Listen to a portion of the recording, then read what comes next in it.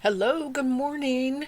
I had to do just a little bit of typing. I know that that's weird, but I think most people ignore the beginning anyway, first couple minutes. In fact, I have found that Twitch kind of ignores the first couple minutes, up to like 10 minutes of a stream. And so I try not to get into things that I want to highlight or clip or whatever until a little bit into the stream, as well as it's nice to wait and see if I can get some viewers who join me. The little alert goes out as soon as I go live, so I can't expect them to be here immediately, right? There's always this delay, even though people can look on my channel, and if you ever want to know when exactly I'm going to be on, you go to Twitch and you search in the search box Yarn Spinner's Tales, and you get my About page, which doesn't have too much on it, and then my schedule, which you can click on, anything that I've clipped, my videos that Twitch still has on there. It also has a couple links up in the upper right underneath the big picture that's on the top. On the very top of that, you probably will get a replay of my most recent stream starting, right? And you can just hit the pause button if you don't want to watch that. But underneath that, on the right hand side, there's clickable links. One is for my Discord, and the second is for the Spinner's Journal that I sell on lulu.com, which is a press thing, a printing press website. They will create the item for me when somebody buys it. So it's on demand printing. And the third is the link should take you to YouTube, where my videos are archived, and those that I have done as teaching, and especially lately that don't have any music, I have made public. If I have the music playing, like during the spin in or whatever, I don't think that it's something that people are going to be real interested in, especially the Sunday spin in. I go ahead and run the music. I hate that because the music is now works through Pretzel with Twitch really well, and YouTube is not on board with that. So they don't stop it, they don't mute it. What they do is they claim the copyright. They say somebody else has that music, and therefore you can't copyright the material. And what I've pretty much done is not play any music on Tuesdays when I'm teaching, because I'd like to be able to claim the content on that. And Thursdays, on that Throwback Thursday, I play the music, but I put it public, and they'll claim the copyright, and that's okay, right? Because I'm not worried about that. And especially on the Sunday spin-ins, when all I do is spin and talk and everything, that's no problem either. So Tuesday's the only day that I go without the music. You can see in my window we have sunshine today. I am so happy about that, although it's still winter. I've got a blanket over me to keep warm in here, and yeah, I miss summer.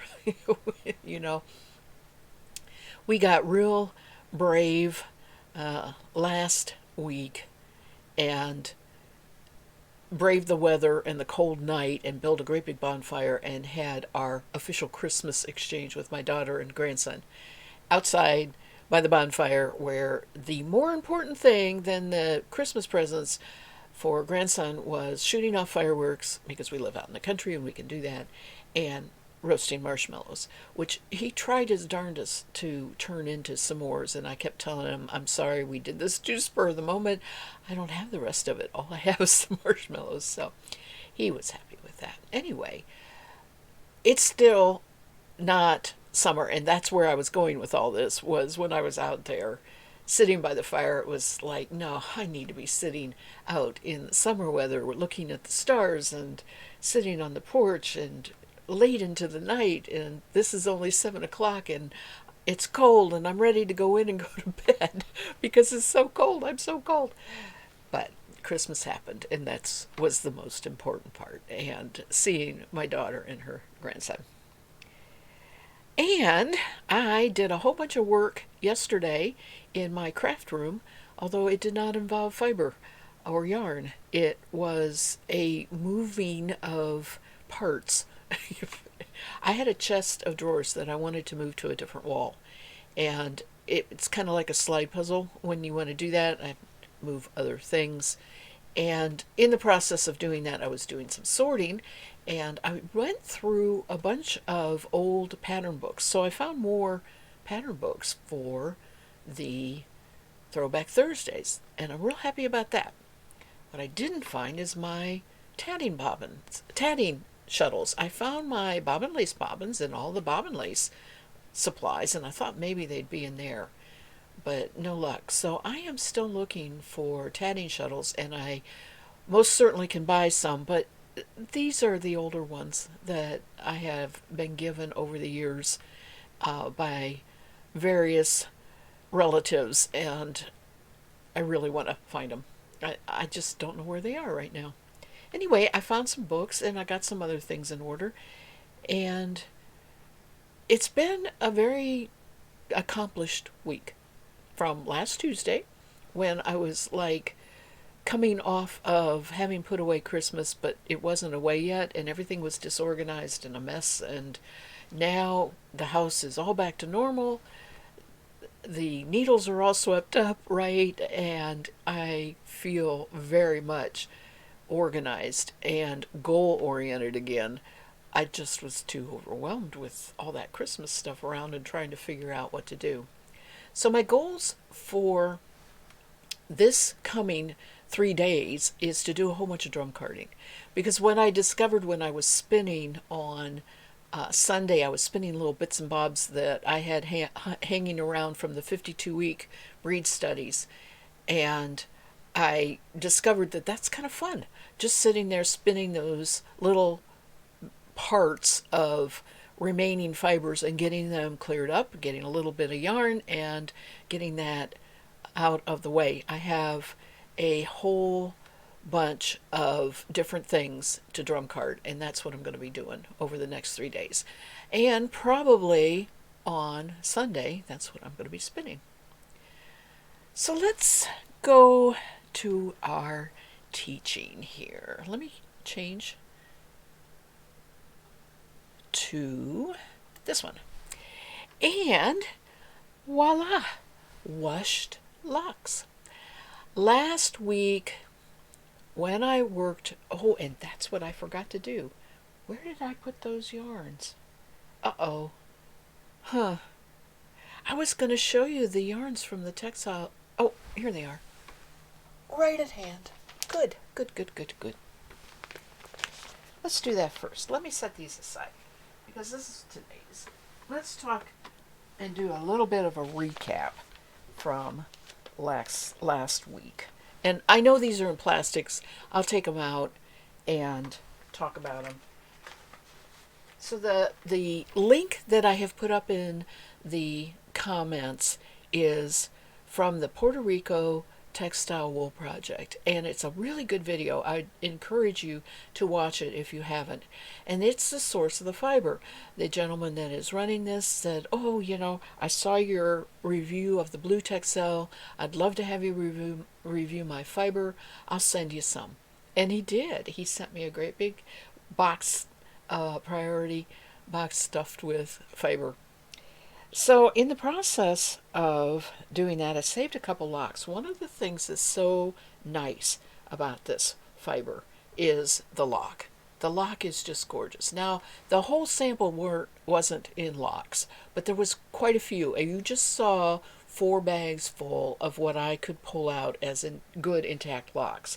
And the length is just perfect for spinning by the lock. So I got real excited about that when I saw that. But not so excited when I saw that I have an awful lot of dirty tips on the locks. These same locks, and neither one of these are really washed with soap. I rinsed them underwater, which took off some of the really dirty, muddy part, but it did leave the locks still full and held together by the mud. Okay.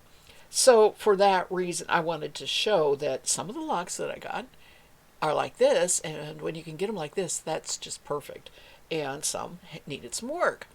So what I was trying to decide is how much work did I have to do? What did I have to do in order to get yarn that wasn't full of this? How can I get all of this off, right?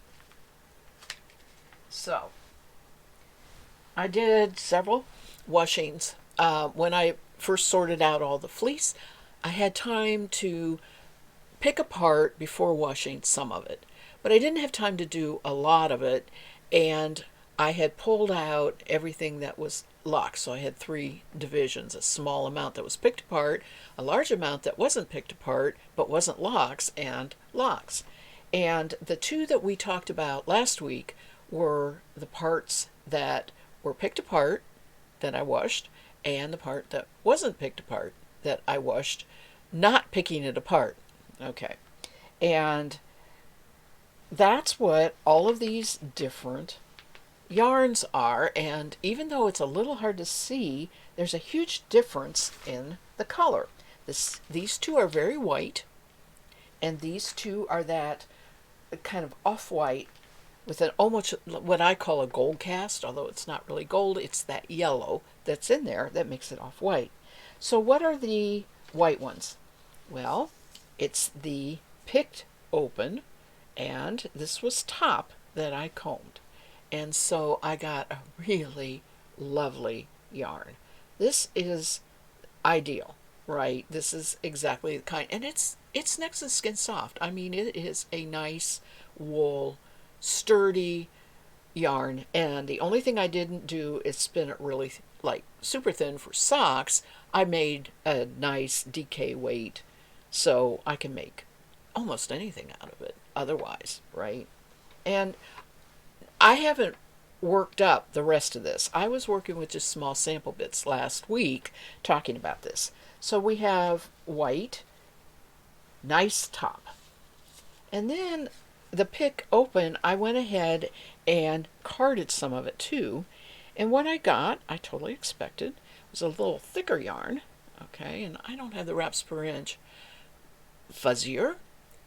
This is soft, got a little more bounce to it, not as crisp. Another acceptable yarn, very acceptable, very nice. So that I really like too. And that was picked open. Well, that told me that I made a mistake not picking open the rest of it, right? And by going ahead and washing it, not picked open, I had a lot to deal with that didn't wash out. And when it didn't wash out, or it washed out, I had to wash it too hard. Let me rephrase that. It washed out, but I had to wash it a number of times, and I considered the fiber overwashed because it was drier. It didn't have that resiliency left from the picked open, which only had to be washed with some soap one time and then rinsed a couple times.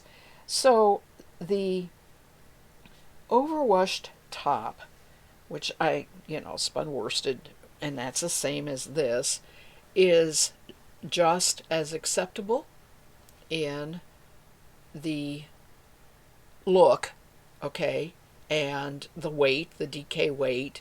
The color is fine. I can always dye it, or I can like this off-white color. There's nothing wrong with it. I actually have a sweater that I bought the commercial yarn that looks pretty much like this. I mean, that's a commercial yarn does come from a wool pool where they have this kind of coloration, right?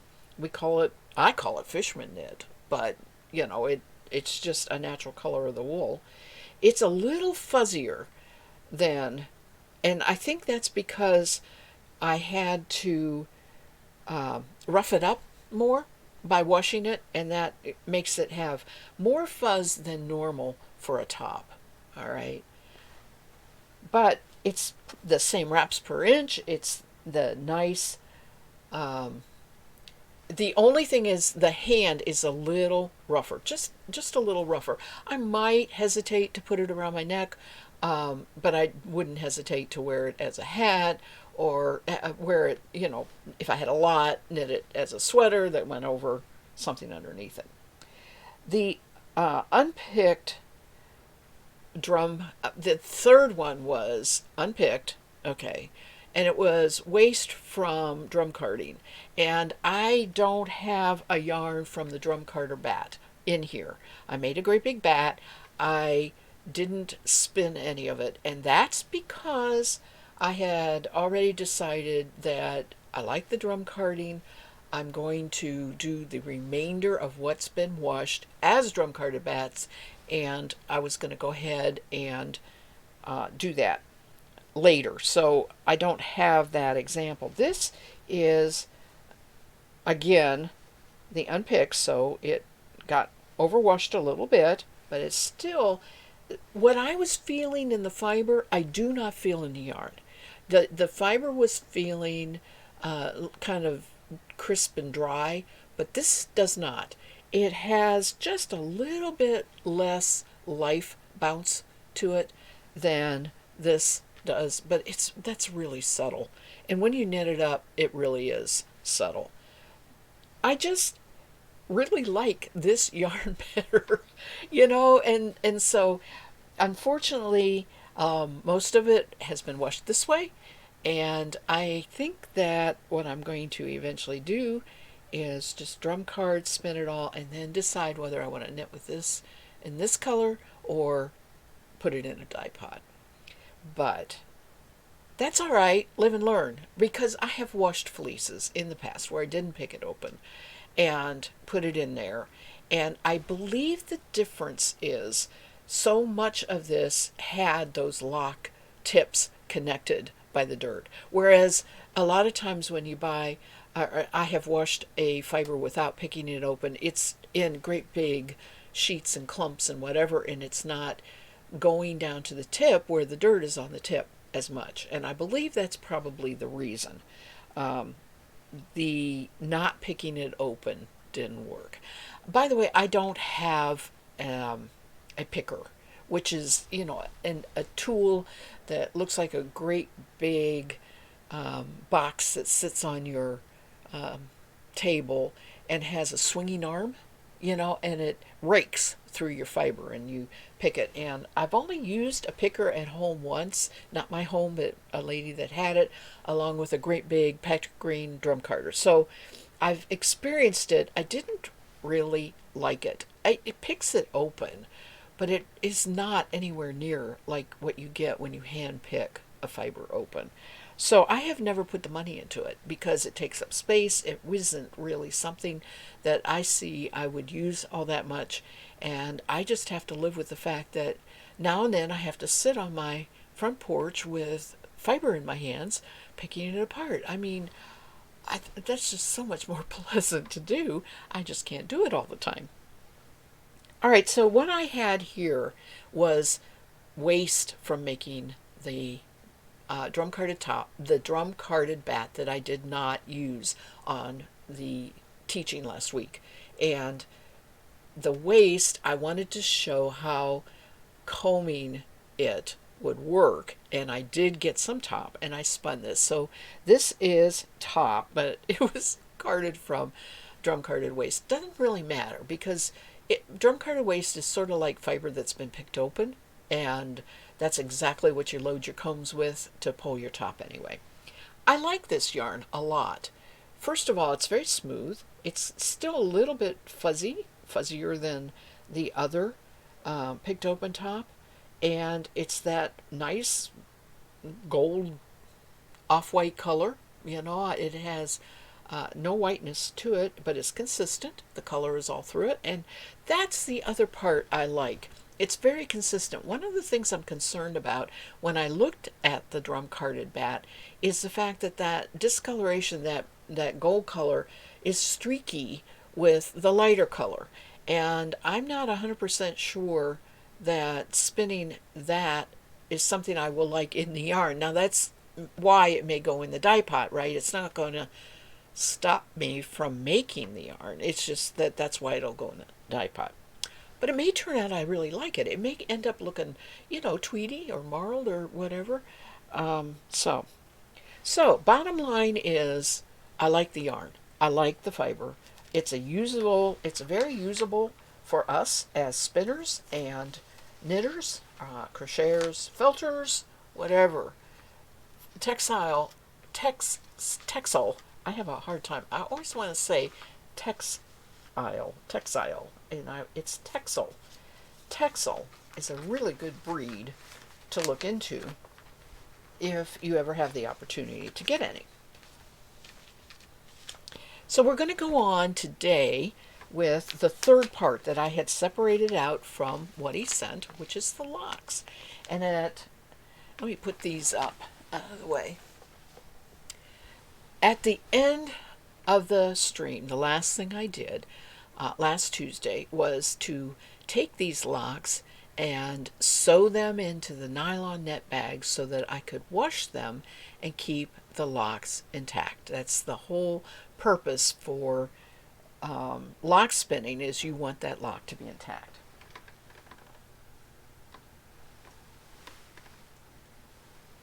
Now I think I only did 2 bags during the stream last week.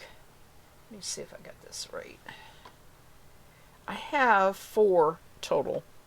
I did 2 more on my own. I have these sort of a little bit going from cleanest to dirtiest, and I'm talking about the tips. These don't look bad at all, especially in the camera. You're going to get a little bit of the off-white, but I feel very comfortable spinning these locks all by themselves without cutting the tips off or anything. But the difference is there is still a little bit of brown on the tip, okay, and that'll get combed open. The difference is I just didn't have all the locks that way, and as I went on and on, I got dirtier and dirtier tips. The base, it was amazing. The base down here washed white immediately. All I had to do was run hot water on it, and I could see the dirt running off, and it turned that pretty white, right? But the tips, even with a good soak and a good couple rinses, did not turn or did not clean up. I used Natalie Redding's she calls Scour the Scoundrel, and it's it's pretty good as far as very greasy fleeces or very, very dirty fleeces. But I didn't actually agitate these or anything. I let them soak for about 30 minutes, and it was pretty hot water, and I did a rinsing with water first, very hot water. Like I said, all of these bases turned white. All that dirt ran off and down the drain. And then I filled the sink with, I have 2 sinks, and I filled both of them with hot water and Scour the Scoundrel, and I put 2 in one sink, 2 in the other sink. I did fold them over like this. That fits in my sink, and submerge them and let them soak. And then I unfolded them after I drained the water and rinsed really good. I have a sprayer head that I used, and I rinsed with hot water really good. So basically, short of taking these tips, which are the worst, out and individually scouring them, I can't get that to come loose or clean. And that is the whole point of what I was saying. Picking open everything. Got all of that open enough to turn clean. Now, it's still going to be the off-white because that is staining the fiber, and that color can't wash away. And there is not anything that is good for bleaching or whitening wool. That is just a no-no. You really shouldn't do that. So if you have staining like that, the option is enjoy the color that you get when you spin it or dye it a different color. So it proved what I had proved with the other was ultimately make sure you pick things open really good if you're dealing with what these locks have or what the fiber has, where the mud is stuck onto the wool. Now I have to make a decision as I'm going on here about whether I want to cut those off or comb them out. And I know that these first ones are going to be fine the way they are. I don't know so much about the, and I think the second one will. In other words, each one of these as I go gets harder and harder to decide. So I'm going to start with the worst. Okay, I'm going to start with the worst first. And take them out of here and see if I have to cut the tips off or not. So the first thing we want to do is unthread this, and that's why I don't tie any knots in my end. I do in the beginning. I just leave a good long string at the end, and I can just pull it out like that and reuse it. Reuse the yarn and reuse the nylon net. Now I'm not going to go crazy. I'm going to take these locks out as I go here. I don't want them falling on the floor. They feel great. They're nice and clean. They're all bouncy. They're very bouncy, so I haven't lost that bounce that crimp shows that fleece is going to have, which is what makes that yarn feel alive, you know, feel organic and feel so wonderful. Oops, now I have to untie where I have little bits of string. I don't know why I ended up with so many different little sizes, but it doesn't matter. Just tie them together.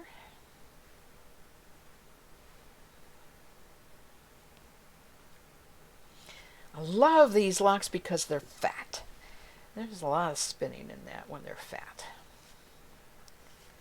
And lock spinning is a joy. It can spin the whole lock, and you just feel like you're using every little bit up, except maybe at the very end you might get a little bit that is not usable. A little bit of nubs. See if I can undo. I do have a knot at the very end here. Should undo. It's just a single knot. And I probably didn't even need to do that. I'm not sure. I kind of do that to keep everything in place while I'm first starting. Let's just pull that out and take these out.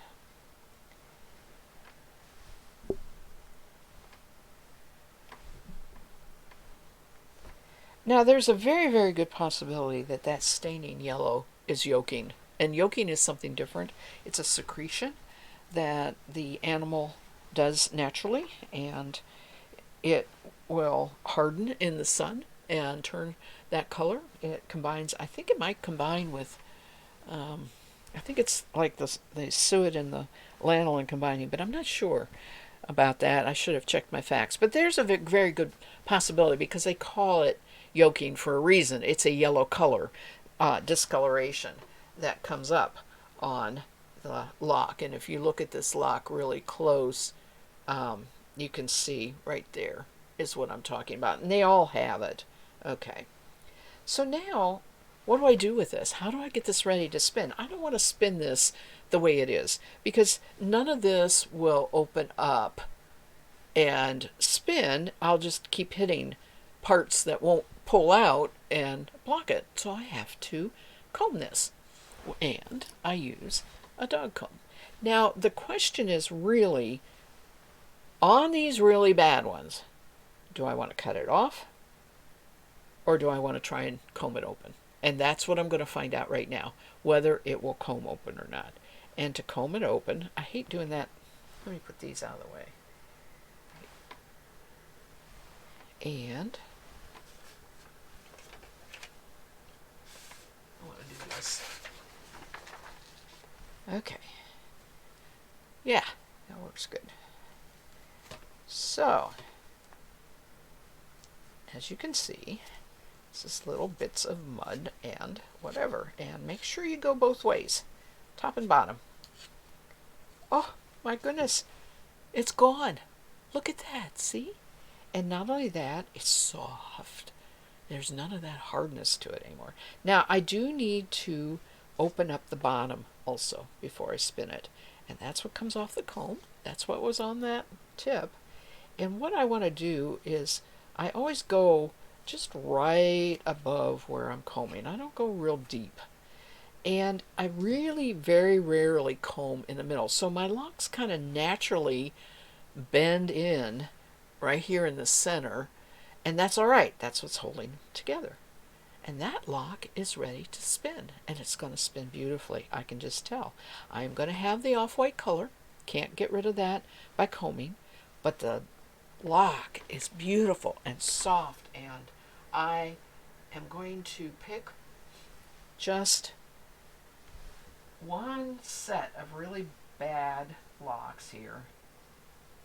And I can't even decide what are bad. Let's pick this set. I am going to pick this set right here and show you what it's like to cut off locks and why I don't want to. Okay, so I'm going to just go right below. I'm not, it's, you know, I'm going to go right below, but I'm going to go even all the way across the lock. Just like that. And I didn't get quite even. So we're giving it a haircut. Well, you can see right now I've lost a lot of my fiber out of that lock. And I'm not real happy about that. I'm still going to comb it the same way. Okay.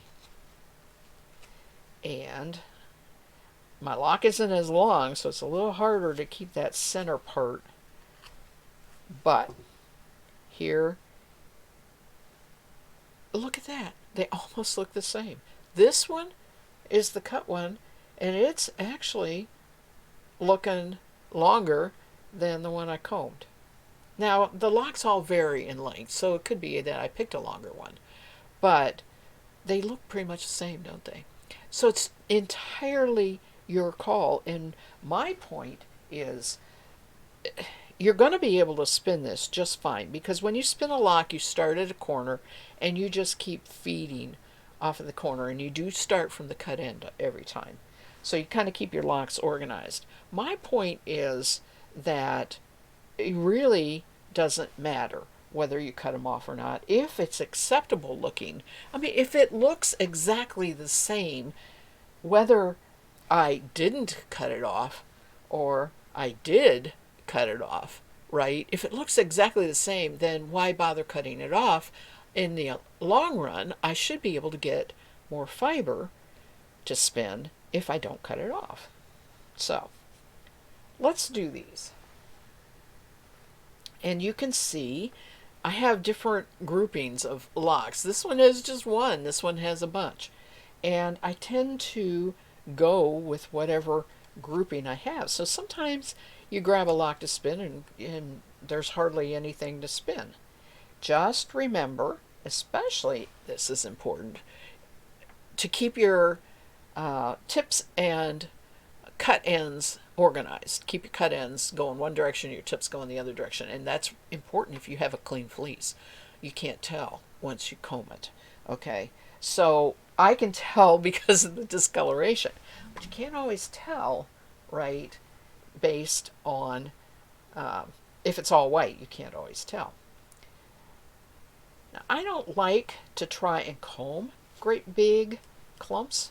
It's, you know, it's kind of some work here to pull through all that and comb it. So I pick just average, or I take them apart so that I have just a little bit, and that's the other end. I have a system going here. Okay, now all I'm going to do is sit here and do my favorite thing, which is comb some locks. And this is where I miss the music, but that's all right. I have to comb the locks in all 4 of those. I won't do that on stream today. I'm going to probably do 2 And I may have to put these somewhere else as I do them. Get them out of my way. I am intentionally doing it over this paper because I really don't want that dirt on my blanket on my lap. You will always find short little bits in the cut end like that. You will always find that. So I'm really encouraged. I'm just going to spin all of these locks. One of the things I should do is to make it most efficient is weigh them before I spin anything so that I have it divided evenly. But I can always make a single ply ball. Okay, I'm having trouble combing this base because the lock is laying on top of itself. The tips were twisted together and the bases were not. And if you run into where it seems like it's really fighting you, make sure you open it up like you do roving. Make sure you open it up a little bit and it'll be easier. And of course, this is just a dog comb, an animal hair comb. Very inexpensive, best tool ever as far as spinning in inexpensiveness, right? No major investment at all. Your investment really is going to be getting a fleece that has these nice locks to work with.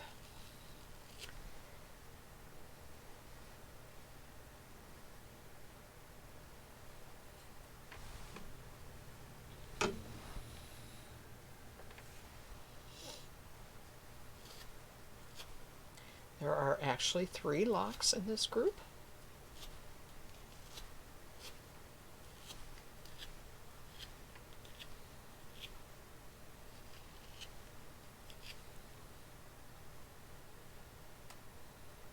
So I want to lay it out flat so the bases of the 3 locks are laying side by side.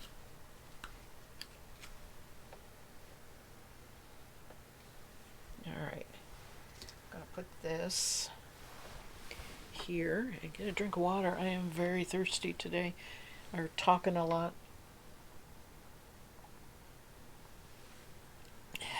Water tastes good. There weren't that many locks in the bags, although, that's because I wanted them laid out side by side. I didn't want them laying too much on top of each other. So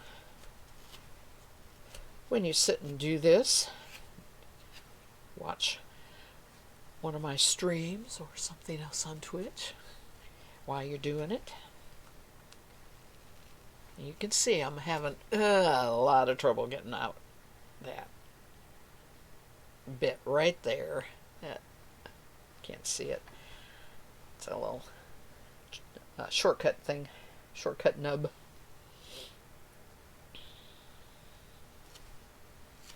And these locks really do vary in thickness. Like this is very thin compared to, some of the locks that I have been combing like this, right? But even that is a group of locks together. So putting them together and having them attached is your advantage because that is what you spin then. When you're spinning it, you'll spin all of that as a group and you'll be spinning longer.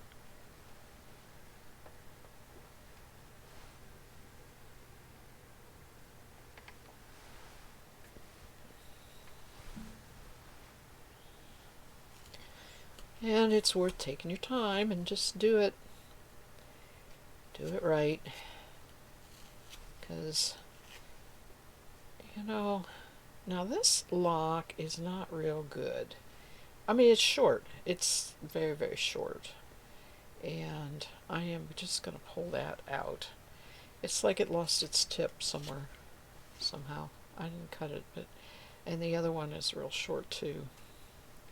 May not end up keeping that, I don't know. Yep. Not really. Okay. That happens. The way it got cut. or sheared, I mean, sheared off the sheep.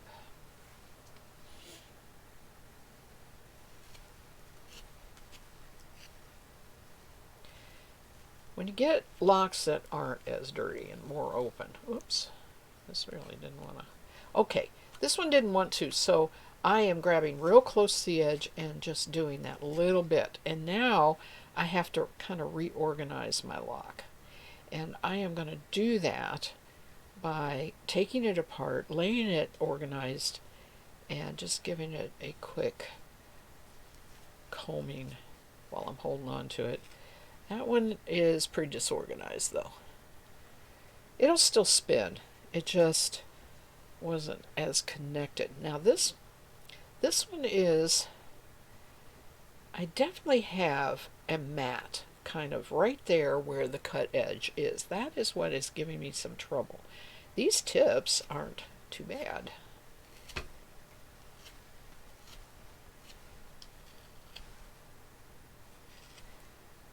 And you can see the static. So when I have where I know it's really matted, I just go way down close there and kind of like you work a tangle out of your hair, right?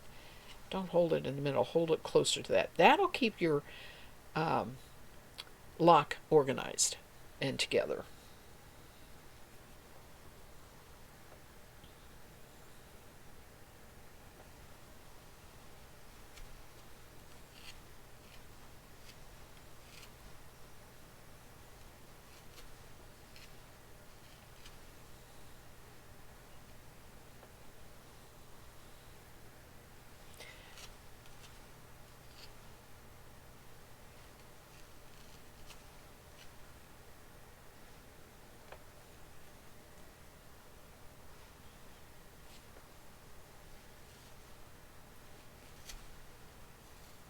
Like I said, when it's got a lot of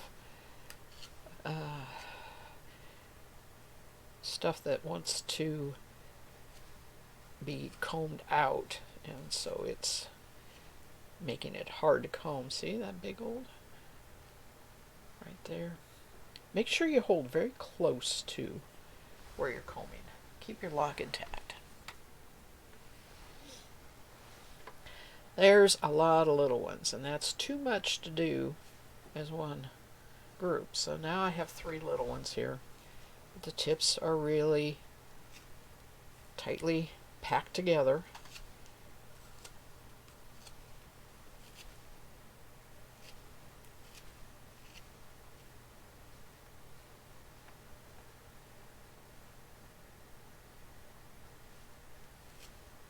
But the base wasn't too packed together.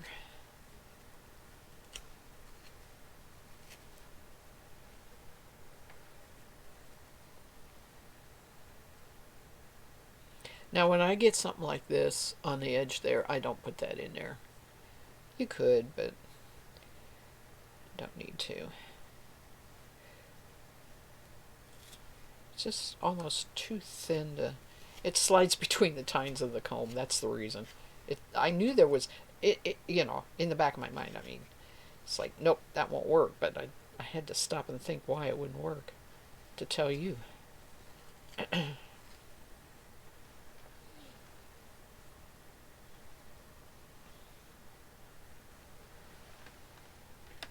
Thinking I knocked some down on the floor.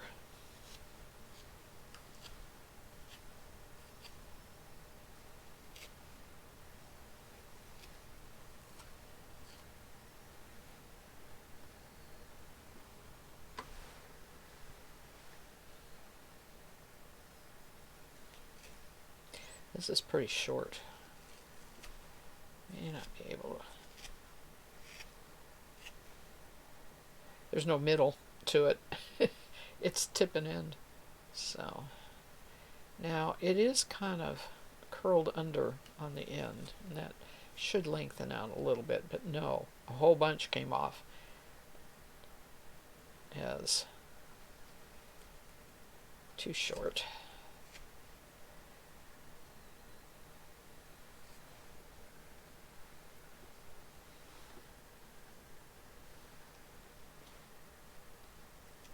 The nice thing is you can see the little shortcuts in there. You know, when you get it combed open, um, you can see them and pull them. And if you miss them, it'll stick out when you lay it down. You'll you'll see it right away.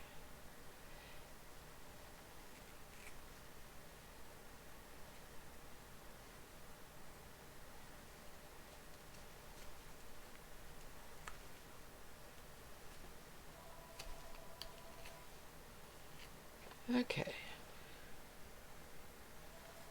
that had no yellow on it, so I'm not sure that even was a tipping end.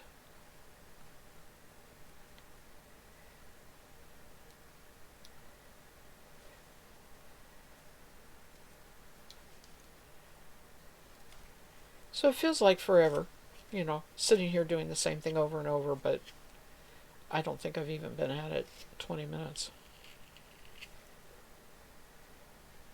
I don't think I brought my scale in here. I'm not sure where it is. my poor my poor fiber studio, and oh, there's stuff everywhere. I have drawers and everything. No, I don't think my scale is in here to weigh them. Didn't think to bring that in. It must be on my... I do still have a spinning table in the other part of the house that has various and sundry odd mitts, ball winder, and singles that are in progress. Well, I think that's where my scale is.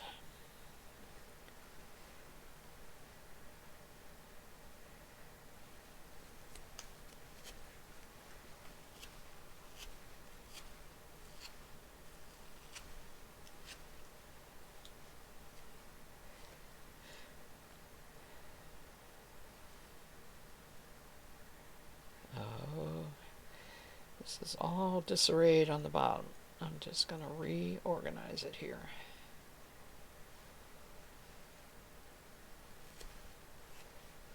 Put it, line it up. It just goes so much easier when you do that. Alright, I need to get rid of my trash pile because it's catching my comb.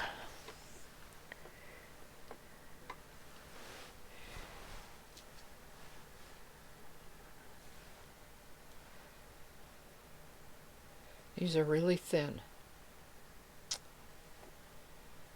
Really thin locks. I don't know if they'll all kind of disappear. That's sort of what happens. You get all the what you don't want in it, and there's not enough left. And if I do run into that when I'm combing locks, I just stick it in my drum carter bag.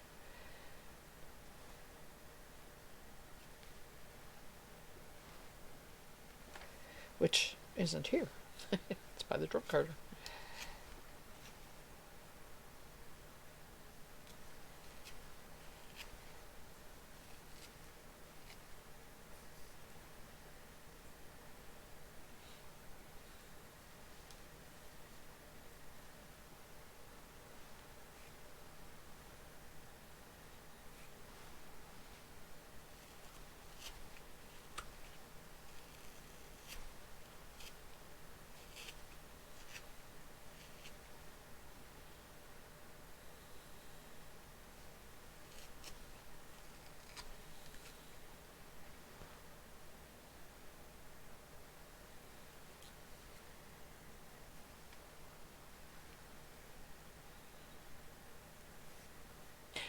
I don't know if you can tell, but there's loose stuff on the edge of this before I even start. It's not lined up with the locks, and it's just kind of fraying out from the sides, and I always get rid of that before I start combing a lock.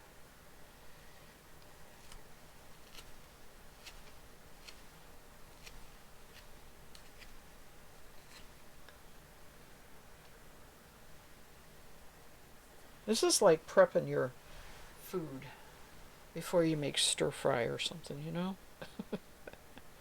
You know it's going to be really good. It's going to be really fun. But you got to go through all this work to get there.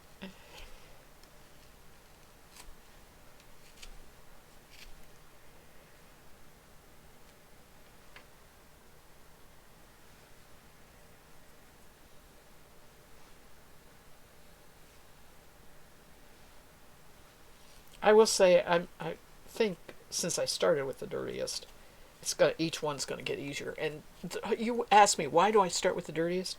I have the most enthusiasm and energy when I start out on projects like this, right? So the easier it gets as if it goes on longer and longer, I need easier to do. so, so I keep doing it. I don't want to stop, right? I want to get it done.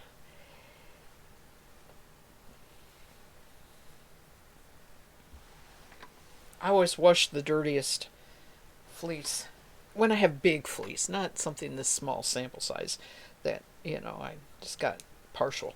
But when I have a full fleece and I have it laid out, I've always pull the, now the absolute dung covered in the back by the tail, that goes in the trash. But the next, where it's dirty from mud and whatever, uh, that always goes in a bag, and it's what I throw into the wash just the way it is. That's why I'm so used to throwing a lot of the wools that I wash from fleeces, straight into the wash without picking it open, right? Because even the really dirty wools a lot of times will come clean. Well, it's because they don't have maybe a lot of locks, right? And so they're not, edges aren't wound together and holding the dirt. They open up better and the dirt washes out. But the dirt doesn't always wash out in that. And I may have to pick it open after it's been washed and rewash it. And I've done that too, right? I could try picking open what's been washed once on this. Like I said, it's just a question of how much I want to mess with it more. I am going to get this yellow color no matter what I do. That is not, going to go away by washing it more. And I pick it open anyway to go on the drum carder. So I don't think I need to necessarily add washing it one more time to that. The drum carding process is doing exactly like this, not in the sense that it's making top, or making a lock to spin, but it is combining, opening up everything and combining it, which is what's going to happen when I spin this. That lock was just almost too small to do. I should have done it with another one.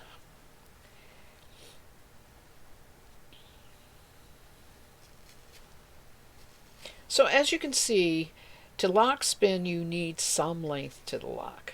Doesn't matter how long. If it's longer is okay.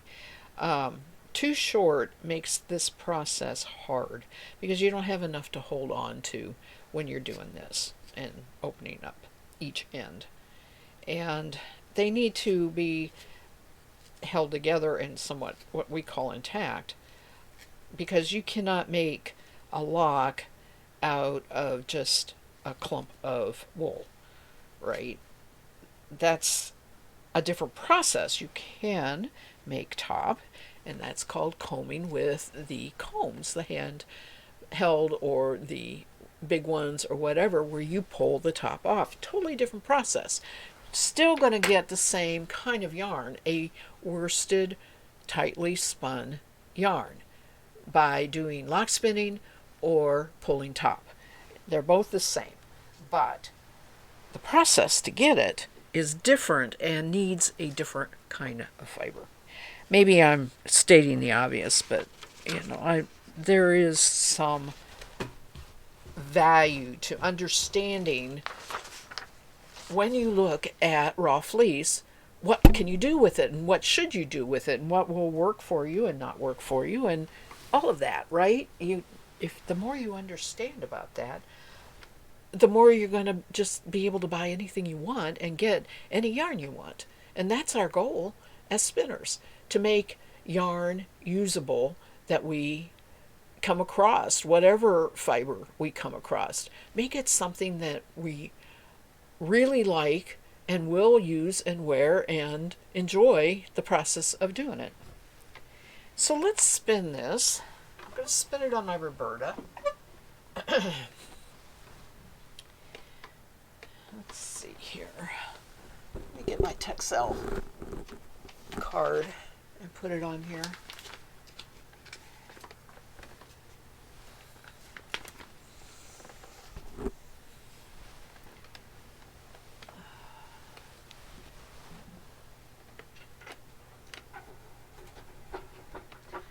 Now I don't know if I can get both my Roberta in there and the Texel or not. I really want to focus on the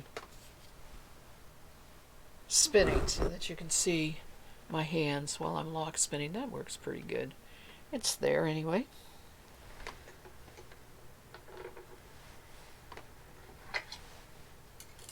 Absolutely no reason why this can't be spun on a treadle. Small electric, drop spindle, whichever way you want to spin, doesn't matter. I don't want too much pull in. Probably not too much speed, but it takes me a lock or two to get the setting the way I like it. I got blue Texel on here. I just spun up those bats on Sunday and applied them yesterday, and oh, that was nice. It was nice too. It's a nice yarn. All right. Now, I don't have to take individual locks. I'm just taking a clump of fiber in the same sense that you pull off a little bit of roving or you pull off some top or whatever. You're going to work, hi, veggie.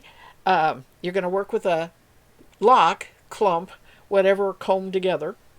And you're always going to start on the cut end, which, of course, is why I said make sure you lay them out so that the cut ends are there in line. And I can tell because my tip ends have the discoloration. It has the yellow on there.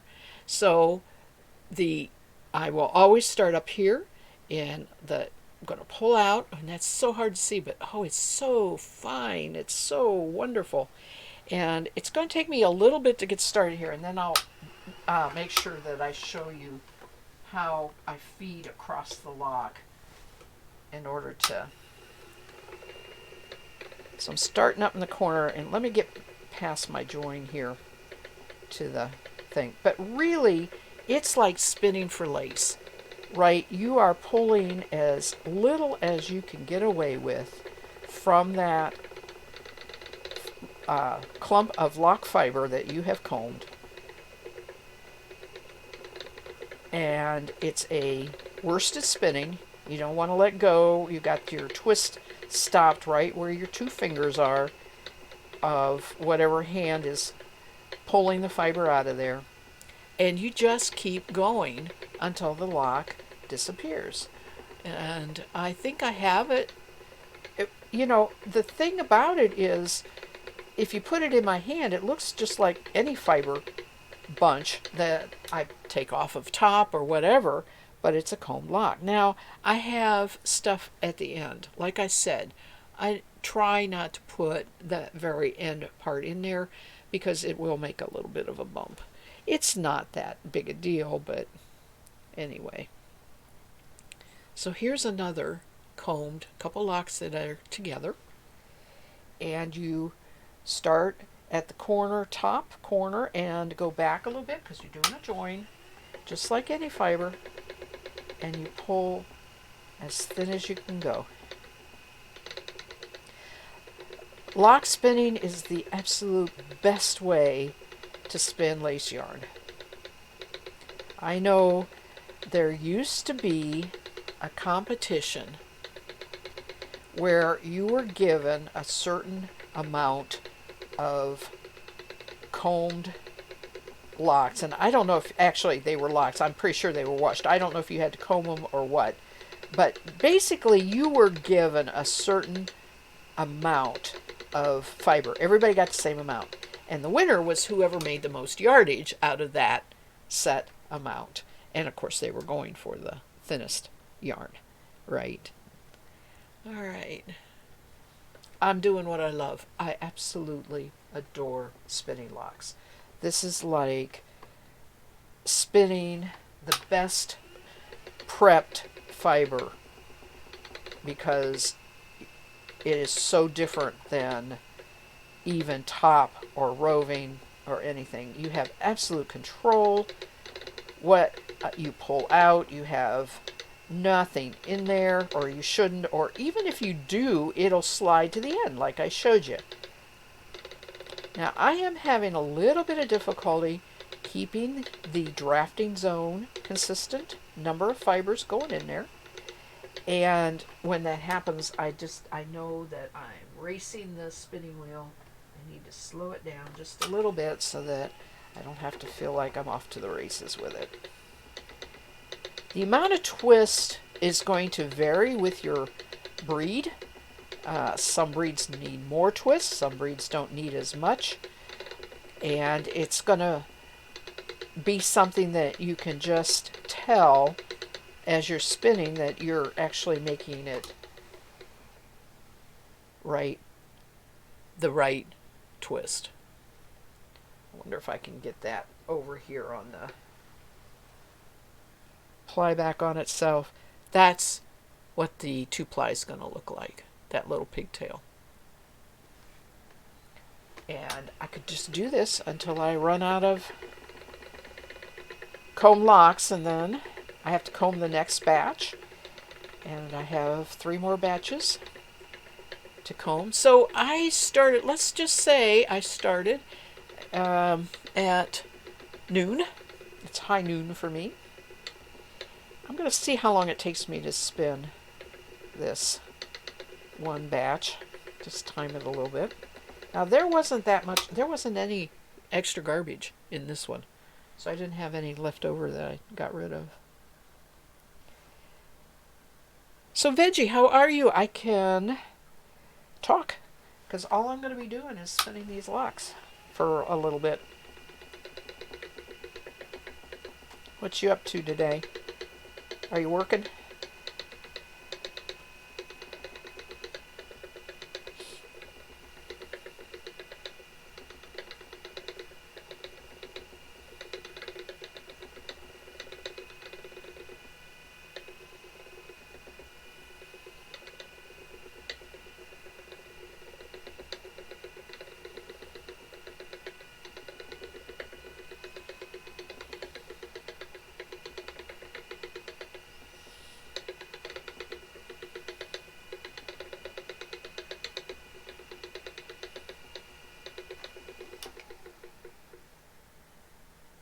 I had a little...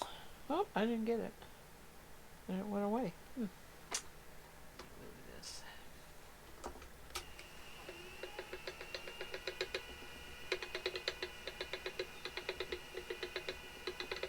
See what I mean? It just goes away. There's no lock left. You spin the whole thing. Oh, good. You got your... That's right. You got your new little spinning wheel. How you liking it? You should be doing some housework. Housework? What? What's that? I know.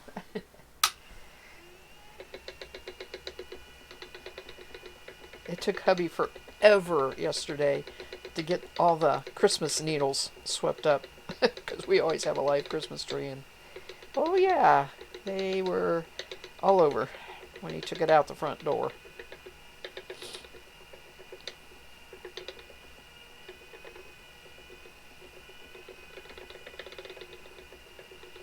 What you spinning on your what you spinning on your nano?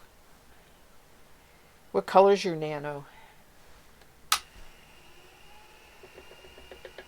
That's not something you usually ask about, you know, regular spinning wheels, the wood spinning wheels and such like that. Don't come in colors. They come in woods, color of wood, but added a whole new dimension to spinning wheels.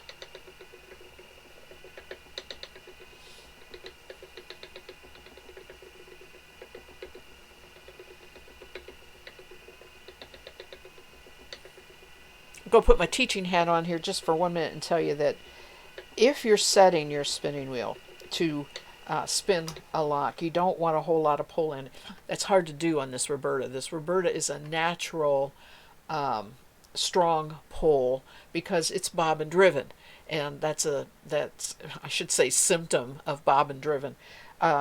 So sometimes I can loosen all of that tension, but I still get too much pull in, and the only way I can really adjust it is to set the speed dial down and not let it spin too fast.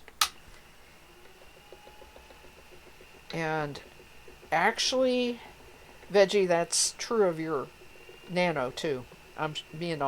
It's pretty much the same style where it's bobbin driven.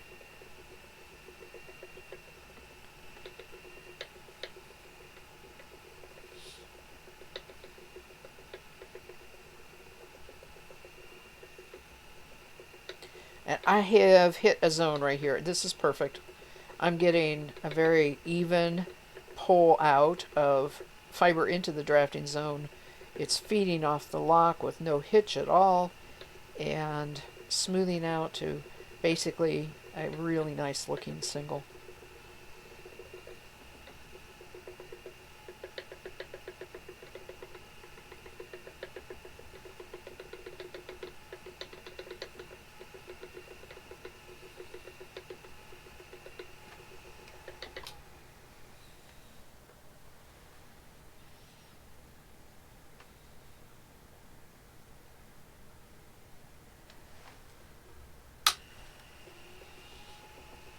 I can see, you probably can't see, even against the dark wood. This is turning that off-white, little bit golden color.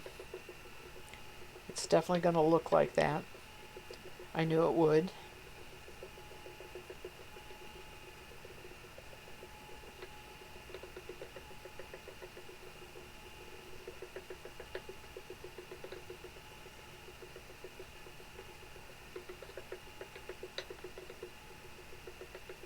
Oh my gosh.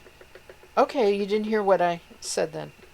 I asked you what you were spinning on your Nano and what color your Nano was, and was making the comment that don't usually talk about what color is your spinning wheel. They might say what wood or whatever traditionally, so the Nanos have added a new dimension to spinning wheels by having color.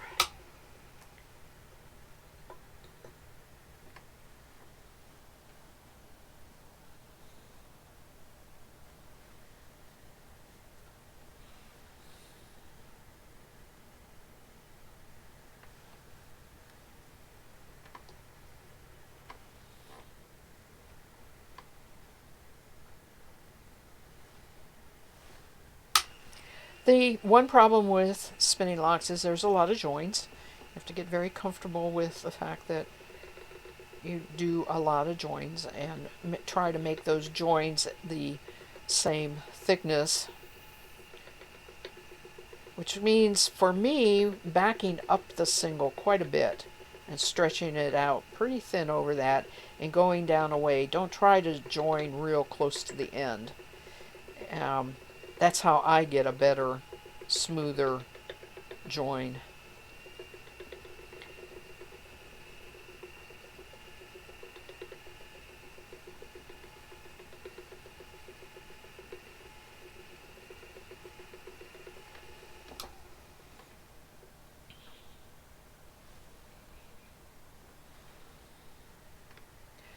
Huh, I moved that too far.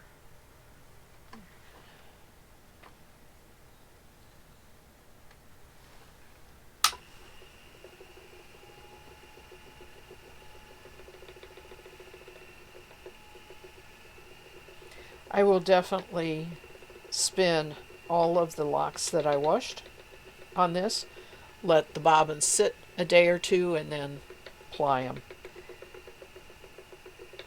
Because I really want everything really settled in good on the singles, since I have put quite a bit of twist into this.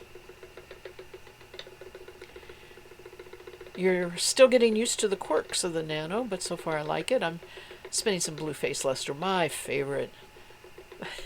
Wait a minute, your hands are blue? That's not from the blue face luster, that's from the dye. Oh, you got the black and white one. Okay, that's really neat.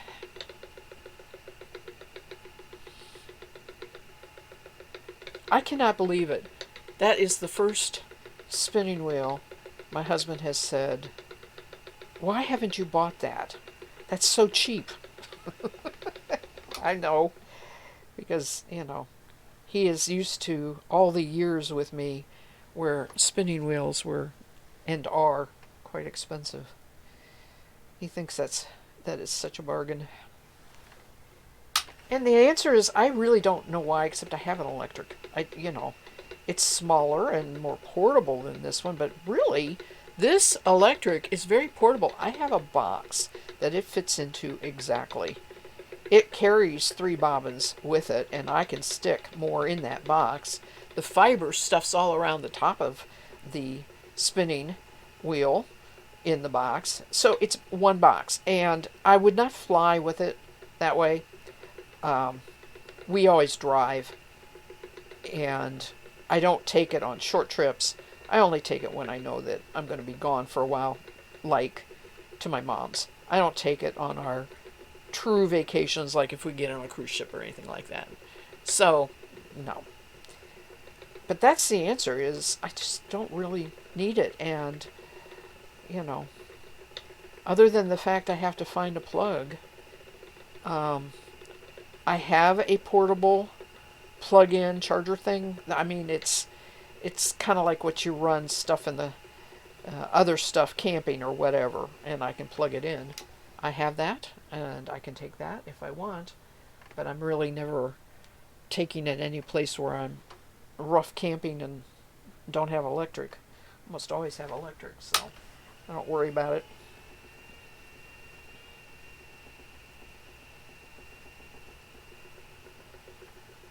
Okay, that didn't work. That join did not work, and I really undid my lock. A lot of my lock. Let me back this up. And take it back, because it's real thin. It just kept thinning. Take that back and spin over it.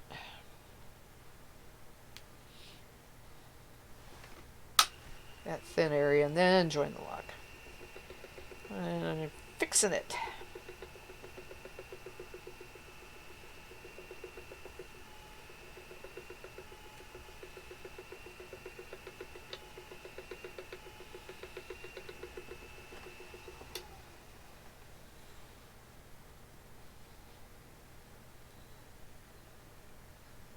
Yeah, my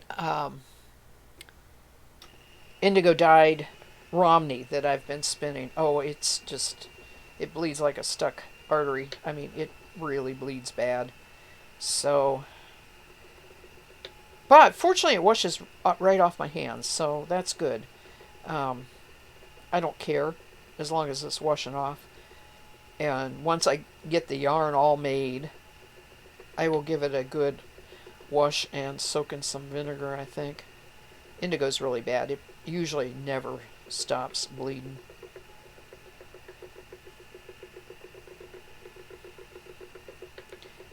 But since it's wool and not superwash or anything, it's not going in the washing machine. It can be washed separate, all by itself, and it can just sit there in its blue dye bath as long as it wants to,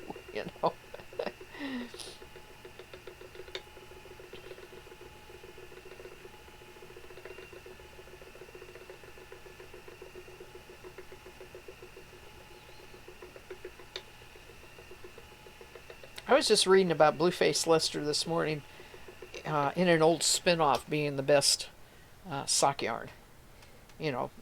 Most hard wears the best, right? Doesn't wear the holes. That was just a comment they made. But I like Blueface Leicester all the way around. A little bit harder to find as far as people dyeing it. Tend to go with merino superwash, merino blends, polewurst. Those are the most common.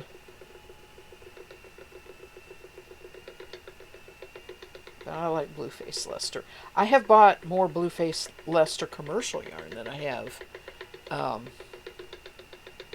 fiber to spin. Although I have spun a fair amount of it. Never have processed a Blueface Leicester fleece. Never found one. Border Leicester, yes. But I've never processed a whole 100% Polworth or 100% Blueface Leicester. I've done Cormo and Rambouillet and Merino and lots of combinations.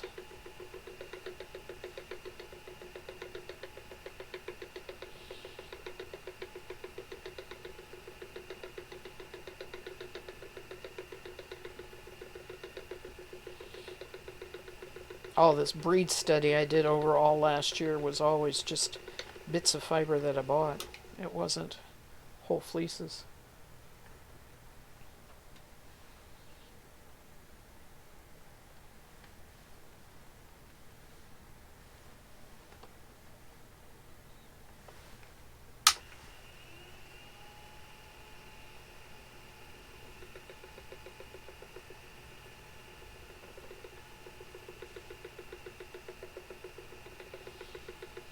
Hubby wouldn't believe that statement if he heard it. He thinks I probably have done every breed of sheep's fleece, entire fleece. you have to we're coming up on this year's 24 years together, so 24 years married. We were together before that. So he's seen it all, let me tell you. As far as fiber goes.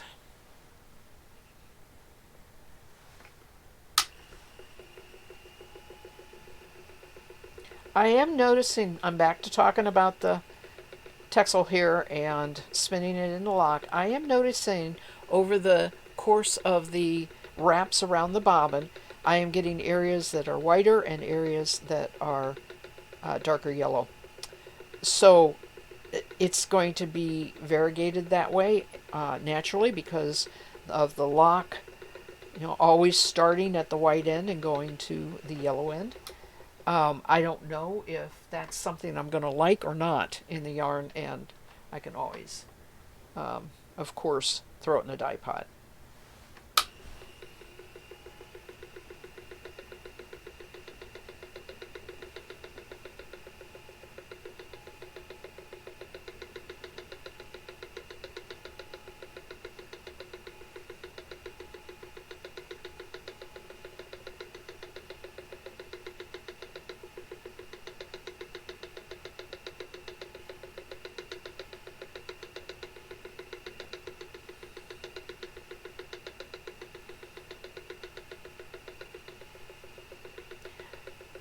So I have a decision to make. I have 4 packets that I need to comb and spin, and they are sorted pretty much.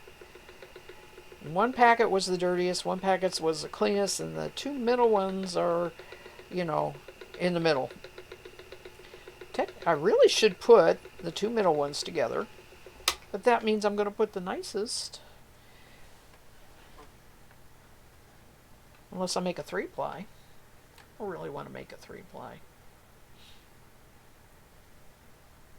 Or spin the 3 packs together and have a little bit of the real nice. I could do that.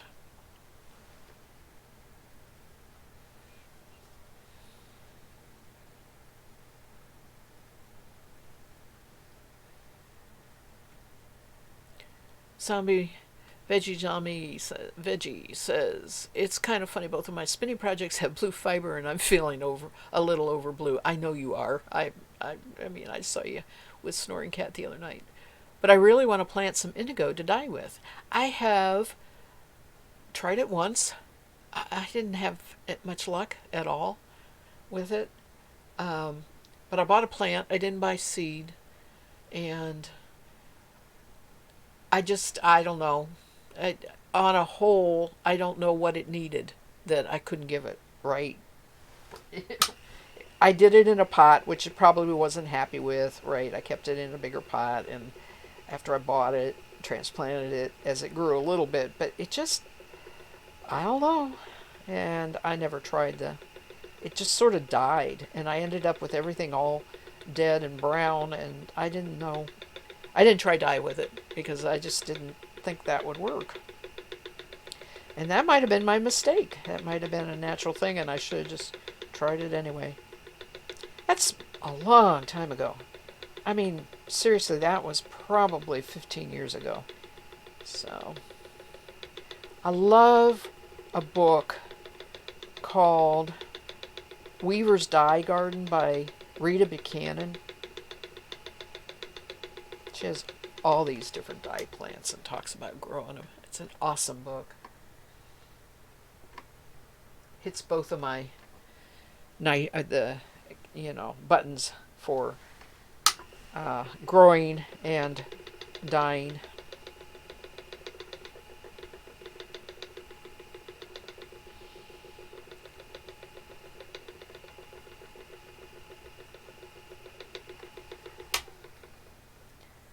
That's all right. You just take your blue fiber and spin out the blues. Hope it works for you.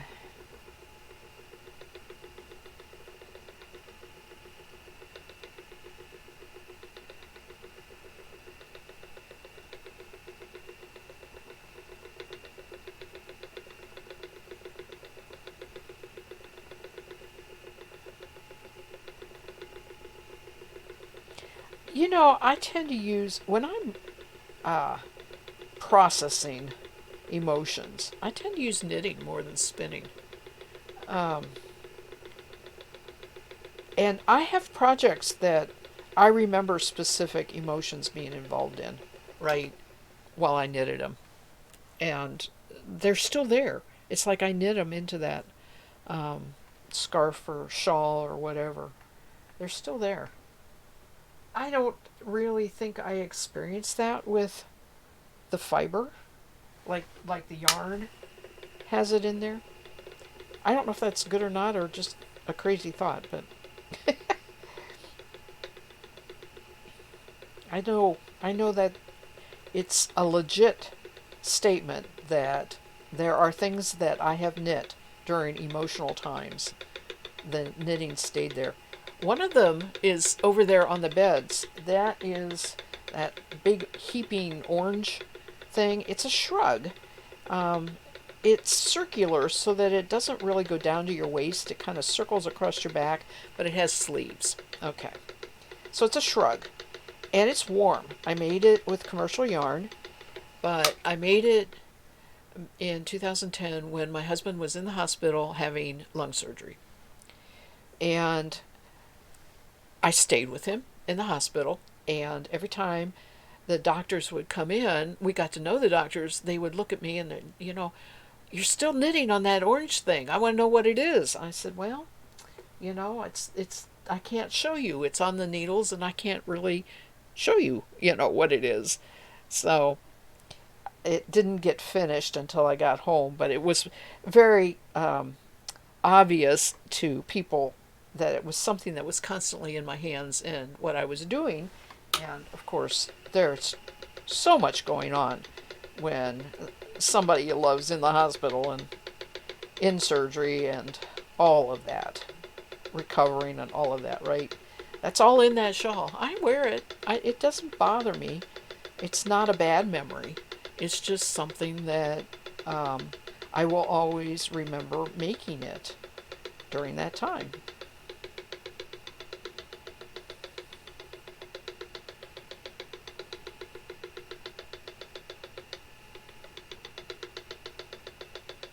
I got a bump on my yarn. I need to take a break. Not paying attention. This is kind of meticulous spinning. Not TV watching spinning. I like it to be meticulous. Like making the perfect single all the time.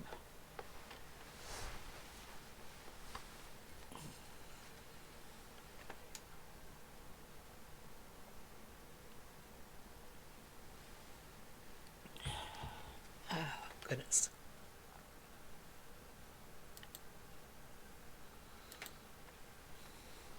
Spin the blues away. I like it. I love blues music. Oh, I love turning that up and just listening to the blues. You know, it doesn't really cheer me up, but it doesn't make me. I mean, it's not like it's making me feel better, but it definitely is taking my mind off of it. Right? I'm thinking. I'm thinking about the other blues. I'm thinking about somebody else's blues. That crazy man, why'd he leave her? You know, stuff like that. Plus, I like the sound, the music itself.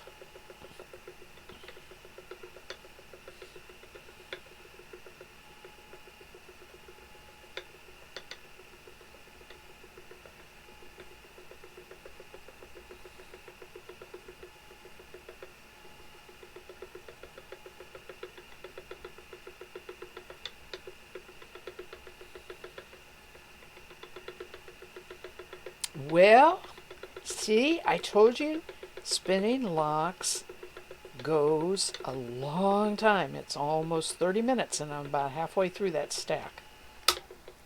So it's not going to be quite an hour. Probably going to be about 45 minutes, but. And look how much is on my bobbin.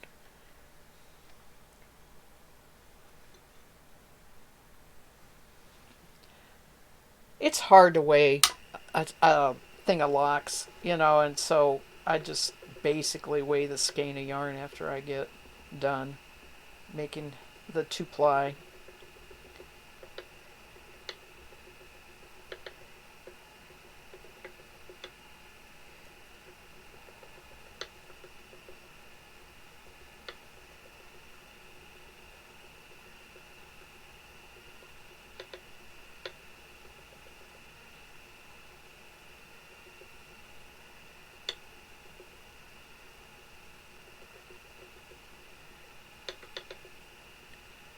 Veggie says, I totally get emotions attached to knitting projects.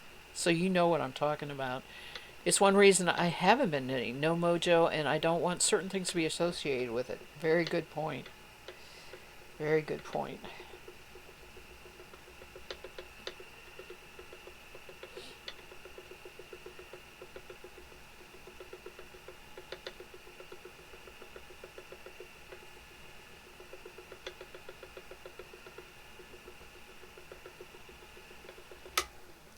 I got something I don't like there.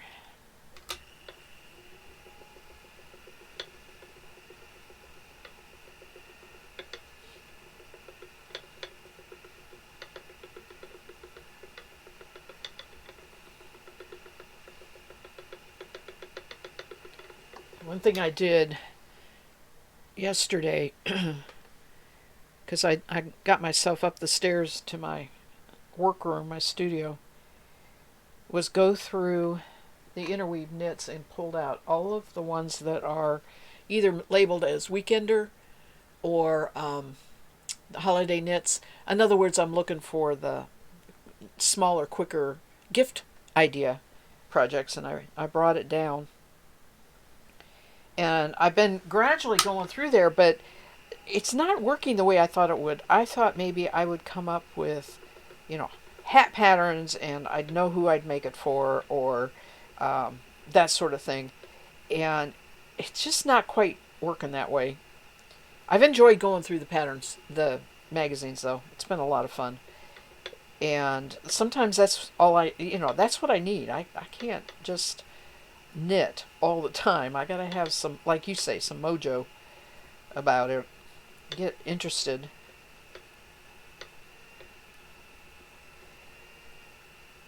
The other thing, of course, because I found a few that I do want to do sometime, I put them in my Ravelry, and I've been trying to sort the Ravelry projects out, not so much the projects, but when Ravelry started years ago and I got in there right away, the first thing they had was the queue. There was no project tab, there was no library tab, there was no. All it was, well, there might have been a library tab, I can't remember, but all there was this queue. And you found a pattern you liked, you put it in the queue. Hello, Luna. Welcome. And thank you for the follow. Um, so, I have this huge queue of things that aren't really exactly, I'm going to do this right now. I liked this pattern. They really belong in my favorites. And I've been trying to kind of sort that out a little bit because I have a lot of knitting books. I find a pattern I like in a knitting book. I put it in Ravelry and I put it in the queue. It was a way of keeping track of patterns that I wanted to knit. And now I just have this huge queue that I don't use it for a queue, right? I just don't use it at all except to find it and start the project if I actually start knitting it. I suppose it's okay to leave it that way, but I had to what I didn't do is put a lot of tags in it. So if I want to find all my hat patterns or sock patterns, it's kind of hard because I didn't put that specific tag on there to sort it and find them. And I don't know where I'm going with that, except that what happened was I tried looking through the magazine for gift ideas, was running into finding things that I want to knit that aren't really gifts, and I was putting it in Ravelry, and then I was looking at Ravelry, and I'm thinking, there should be a way to organize this so I can find things that I want to knit for gifts. You see where I went. Down the rabbit hole. Down the rabbit hole. I'll tell you something else I'm in a real quandary about, and I want to talk about this actually on Sunday or whenever I can get Snoring Cat in here. When the internet started, of course, I found the knitting patterns, right? Yeah.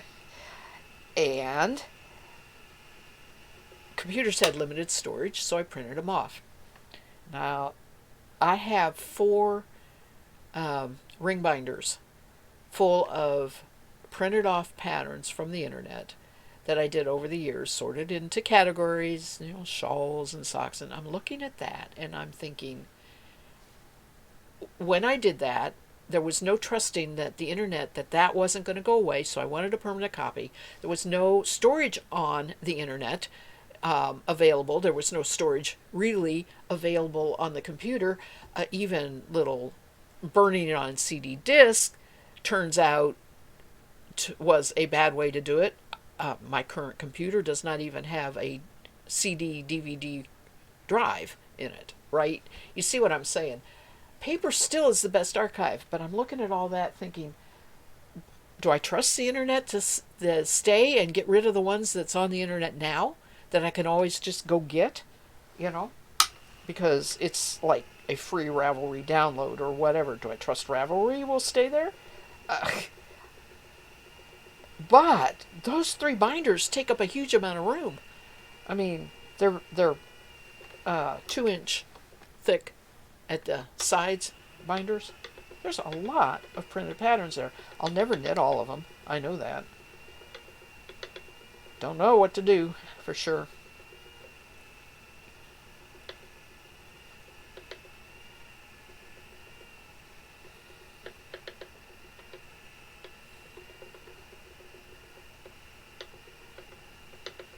Oh, you've been talking, Veggie. I'm sorry.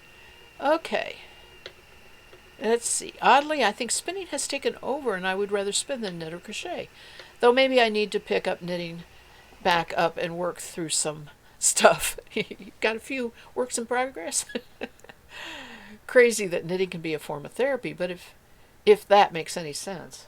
Oh, spinning's a form of therapy in many ways, but anything that focuses your brain in a somewhat meditative state is very good therapy. We need that, don't we? We just need that little bit of turn off the brain. Unfortunately, I tend to use playing um, games on my iPad for that. And I'm real guilty of that in the middle of the night. I'm one of those people that wake up sometimes and can't shut my brain up.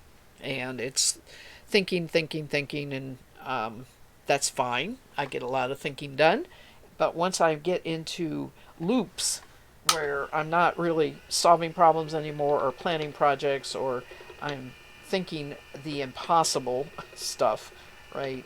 I get out my iPad and play.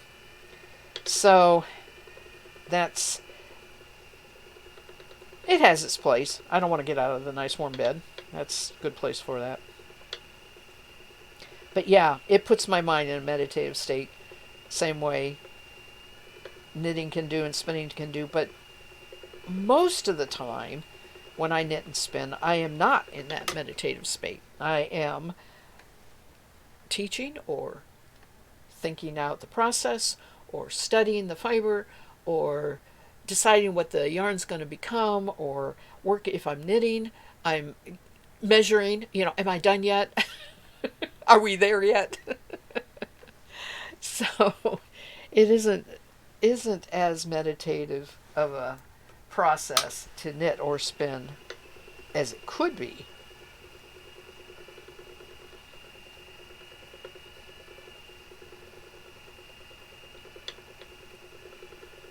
Been knitting a Christmas stocking ever since the 1st of December, and it was not a gift or anything. It's just because I had the yarn, I found the pattern, and it was all together at the right place and time, and it was Christmas, and I decided to cast it on. And I'm on the foot, and I have another 1.5 inches to knit on the foot. It's just plain stockinette. It's in the round, it's just plain knitting, and man, I can't get that 1.5 inches done. All I have to do is that 1.5 inches and then do the toe. It's done.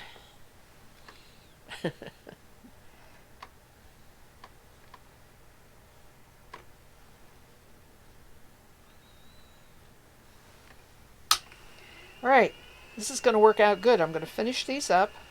I am going to comb the next batch of locks, and that'll take me to the 2-hour point, which is today. I pretty much have to stop. We have to run errands and go into town and get some groceries. I have had terrible luck trying to find the cat food that my cat Newman likes. So I'm going to a different grocery store today to see if maybe they have it in stock. I even went online, ordered it. Walmart said they had it. I could come and pick it up, and I ordered it. I paid for it, and within 15 minutes later, I got a text saying, "Sorry, out of stock." It shouldn't. But anyway, it's a it's a canned cat food. It's wet. It's not the dry food. He gets half a can in the morning, half a can at night, and he eats other canned cat food. So he's not starving, right? I'm not making him go out and catch all his food. It just is something he likes better because it has more liquid in the food. It's not quite as dry, and he seems to like it better. He'll eat pretty much anything I put down, though. I did find it on Amazon and was not going to pay for the price. It was like over $2 a can.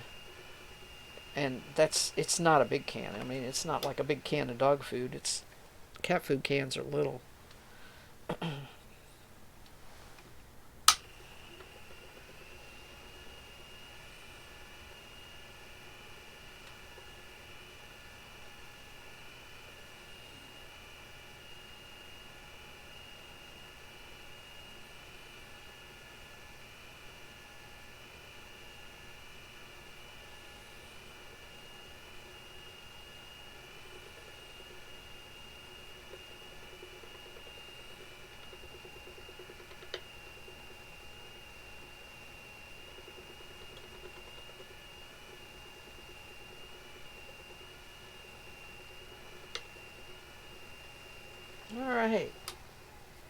I did have a little bit of, oops, and some just fell off on my blanket here. I had this much left here that, came to the end and I didn't use it. So, not much waste at all, really.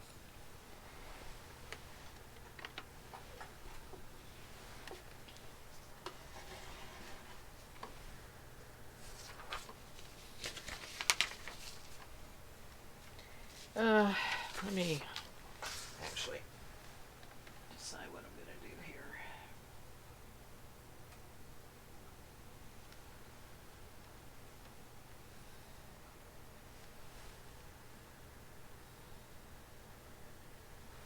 So, for those of you who weren't here at the very beginning, this is locks that last Tuesday I had sewed into here, and a couple days ago I washed them in my sink. I have them in the nylon net so they stay in the locks. And what I want to do now is take a animal grooming comb and comb these locks. That's what I've been spinning, and that's how I get it so I can spin. The nylon net is sewed together with just plain old white acrylic yarn. So I can pull that out.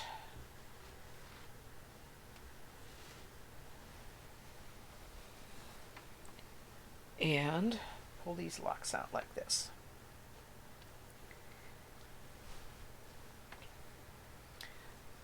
I did the dirtiest locks first. These are actually not very dirty. They're not too bad.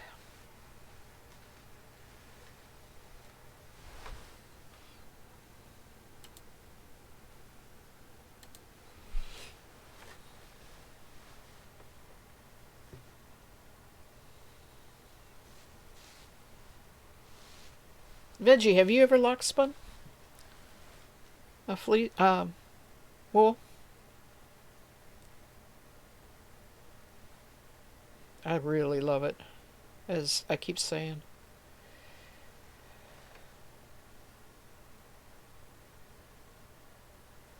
I had a little knot here just at the beginning to sort of hold it in place.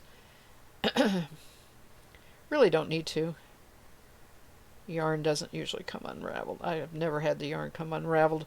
I squeeze these dry after I wash and rinse and roll them up in a towel and then lay them out either on a big circular yarn or fiber dryer or on a towel. But I keep them in the nylon net to dry.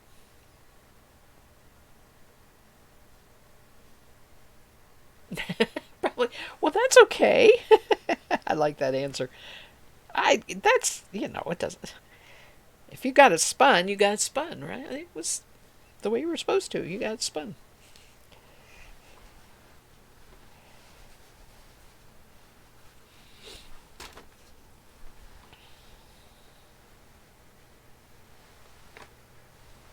Didn't have as many locks in this one. It was a shorter nylon net, so I didn't pack it. I didn't put too much in there.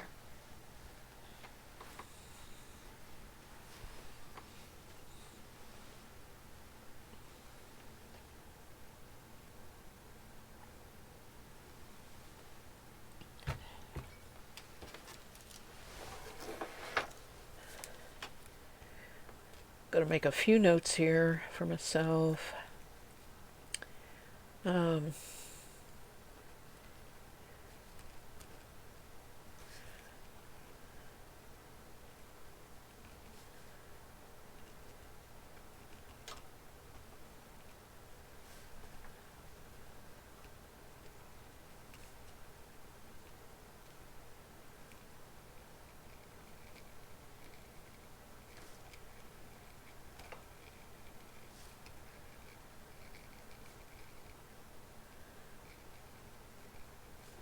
Okay.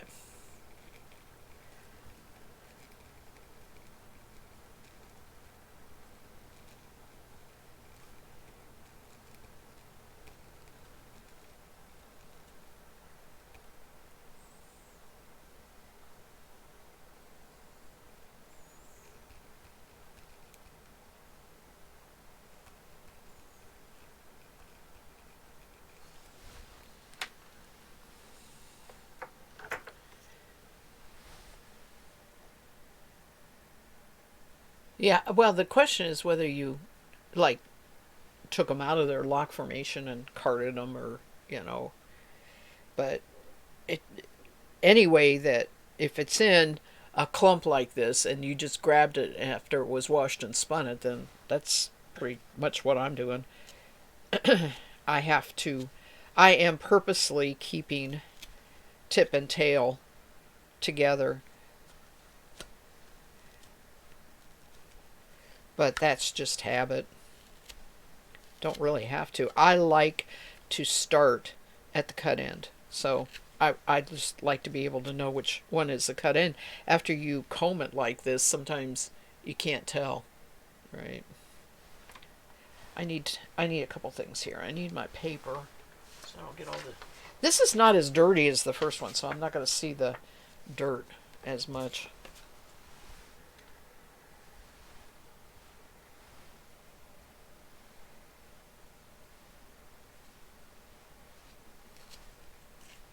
But I wouldn't try spinning the locks without doing this combing bit. It just is too hard to draft.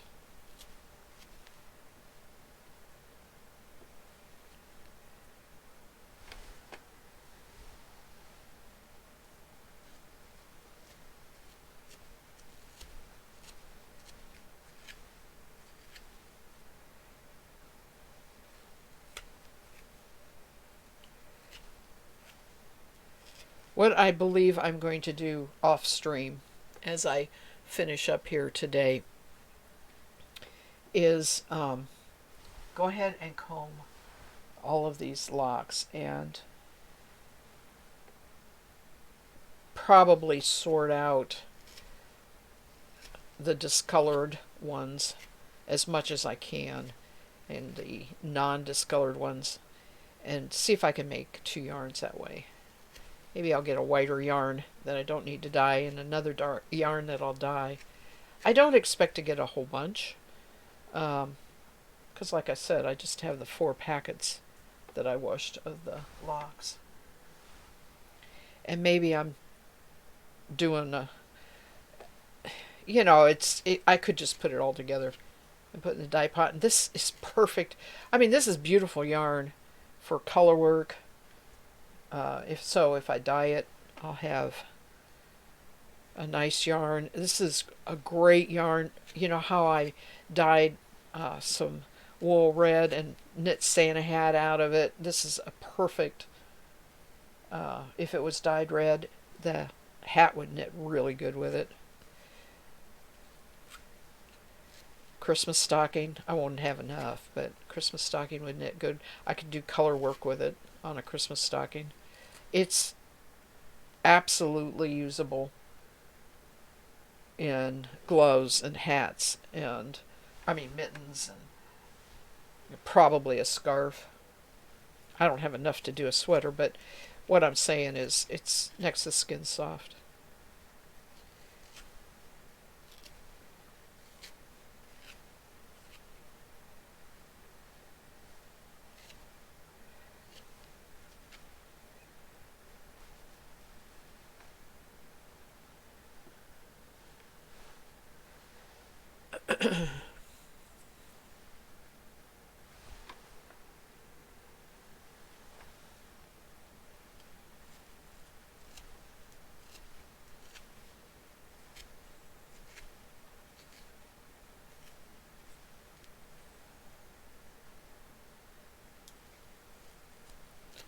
Yeah, the truth of the matter, Veggie, is that one project runs into another, right? We spend so much that that's why I keep notes. I do. I just, because I refer back to them so much for things.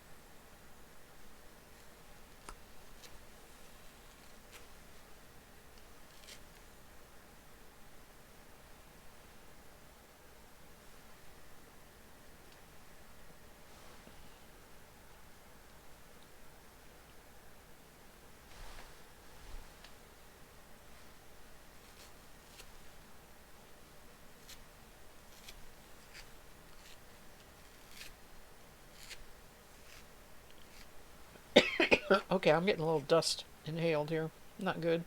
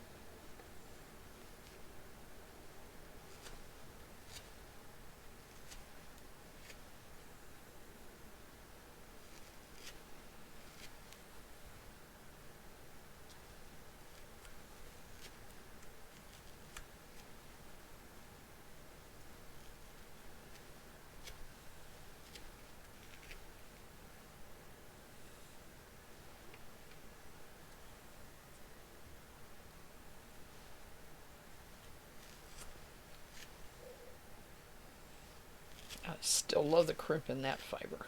It's so pretty.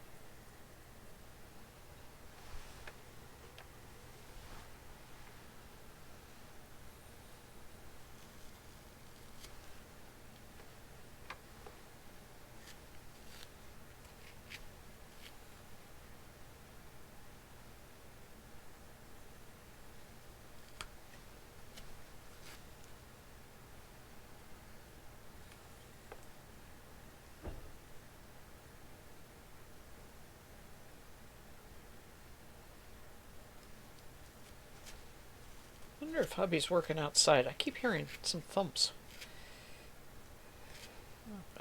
We have sunshine today. It's not really warm, but he may be out working on something.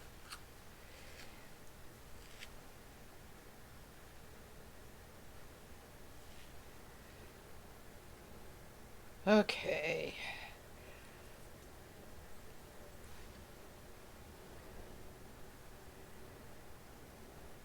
Um, yeah, Veggie says she'd like to start taking notes on the spinning, but you're not sure what you need to include. So, source and price is always nice, just for the, you know, at least to me, especially if you're buying dyed fiber and you want to know later on if you're making something to resell, how much it was, but you like the dyer or you didn't like the dyer. So you definitely want that.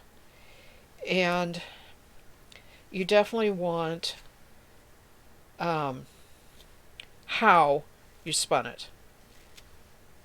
And I'm talking about all different things, right? Did you split the braid long ways all the way down and followed that and did multiple plies that way? You, that is helpful to know if you like the way the dyed fiber fell and looks as a yarn. And that the second thing with that is how many plies, whether it's 2, 3, or how you plied it. That's your basic information, really. Then your yardage, your wraps per inch, and some people are good enough to put where they store it, and I don't really have that system, yeah, including that. And I go into a lot more detail about the process. Did I buy it raw? Did I wash it? How did I wash it? Did I drum card it? How do I spin it? Is it woolen worsted? How did I ply it? I go into a little bit more detail. But your bottom line, how much yardage, the wraps per inch, is going to help you decide what to make out of it. Really doesn't have to take a whole lot. It can be all on an index card and stuck with, the skein of yarn.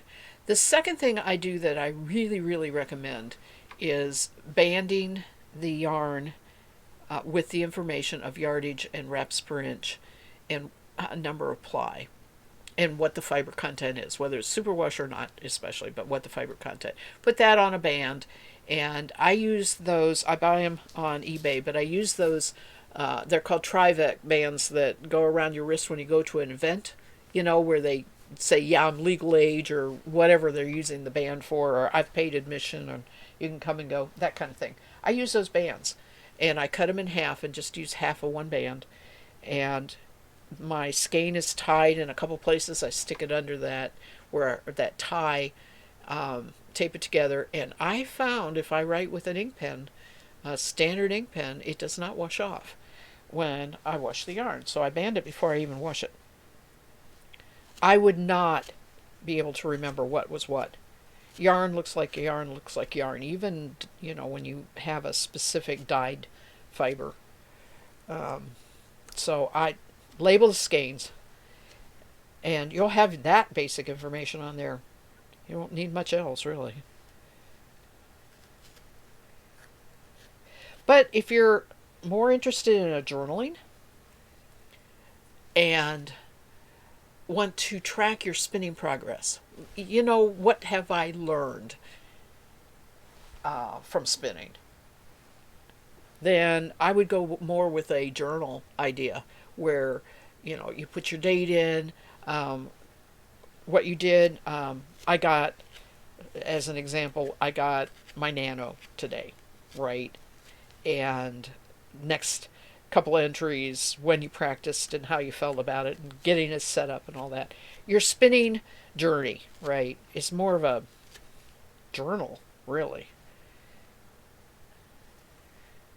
And that's legit. That is a very legit thing to do. And there's a third guy. I love journals. You can tell this. I mean, I love taking notes. I love archiving. I love record keeping. But there's a third kind, and that is your own designs and that process. Did you come up with a new way to spin this yarn? I don't know if there is such a thing, but might be. You never know. That we're all creative, right? Knitting. Is this your own pattern? Did you use handspun for knitting? How did it knit up? That kind of journal. So it kind of depends on what you're really wanting to, like you say, like you just said, what you really want to keep track of, right? And it might not all be in the same location. You might have multiple places to write stuff down. I have never had much luck with digital journals. I tried them. Digital diaries and stuff like that, where you take notes for every day and all that. I just don't like it digital. I need pen and paper.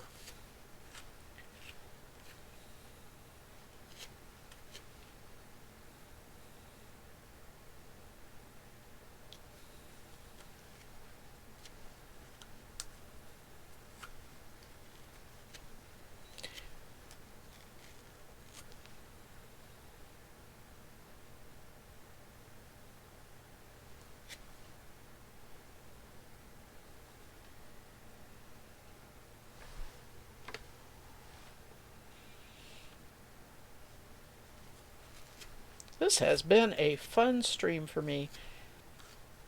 I love it when I get to do something that I love so much, which is usually something with the spinning. Very rarely do I not enjoy my spinning streams. The Throwback Thursday thing is going, but oh man, I have not had good luck trying to crochet from those very, very old vintage patterns and knitting and all that. But I'm going to continue on, and so I'm going to be on, and let's talk about a segue here. I'm going to be on this coming Thursday night, 7 p.m. Eastern Standard Time. It is currently 1 a.m. my time, so you can judge your time. And be on for 2 hours. Don't know exactly what I'm going to be working with, but we'll find out. And then Sunday is, as usual, Sunday afternoons. I'll just be spinning. I hope to have drum carded bats from the next couple days. That's what I'm going to be working on. Drum carding for stuff for to spin on Thursday. On Sunday, I mean. Thursday will be not spinning. Throwback Thursdays is never spinning. Yet, anyway. Haven't really figured out what a throwback spinning would be. A real life sheep? Cheer the sheep? That's not happening. Not happening. Anyway, Veggie, thank you for hanging out. I enjoyed talking to you. Look forward to seeing you other streams, other places over this next week, and you take care. Enjoy your spinning, okay? Well, I made a royal mess of that lock. I tried to do too much at once. Must be time to stop. All right, put it down, Cindy. Put it down. Hit the button. Time to say goodbye. You all take care. Bye.